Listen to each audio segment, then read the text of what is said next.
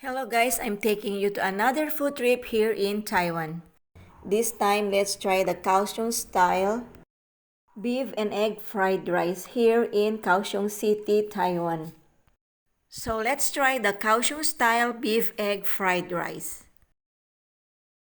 Featuring an all-day chilled rice or white rice, seasoned beef, eggs scrambled, and some veggies, oil, oyster sauce, soy sauce, and some secret herbs. And it only costs a 90 Taiwan dollar or 168 in pesos or 2.84 in US dollar. And yay, I got my order.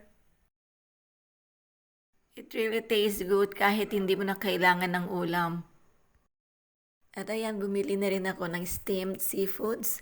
Fish balls, squid balls yata ito, or some tofu. It costs only 35 NT dollar or 65 in pesos.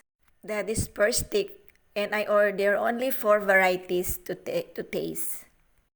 And it's really yummy. And another street food that must try is the very huge flat fried chicken that only costs $100.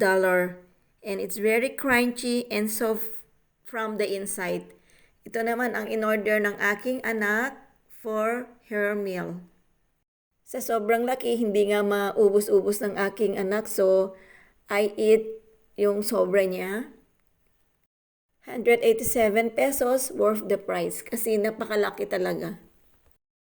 So when you travel to Taiwan, don't forget to try this street food.